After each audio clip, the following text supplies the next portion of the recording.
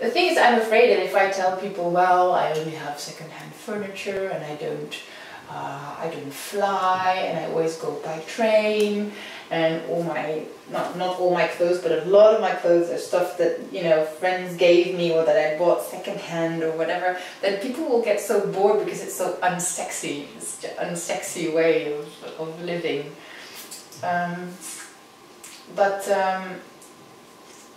like it. I don't own a car, and I like to use public transport. Well, I don't like buses, but I do like trains a lot, and I cycle. And what is really good about that, or what I can at least imagine other people to like about that as well, is if you go to work on a train, or if you visit people on a train, then you're free to move around in the train, and you can just read or write or listen to music or do whatever.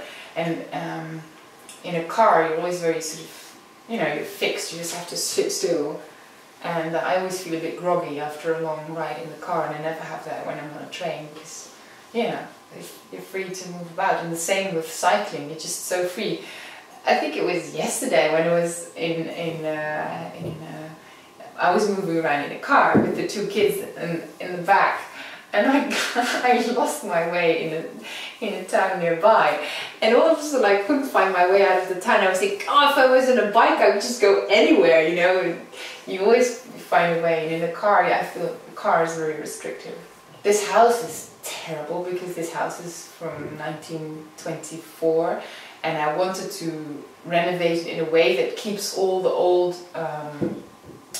windows, and there's just, you know, a lot of air going in and out, and in the winter the heat just disappears very quickly. So I'm very unsatisfied with the way I insulated it. I'm still sort of trying to work out new ways where you can, you know, how can you insulate a house that respects its character, that doesn't use a lot of material, and that is still sort of sensible from an energy point of view. It's very difficult.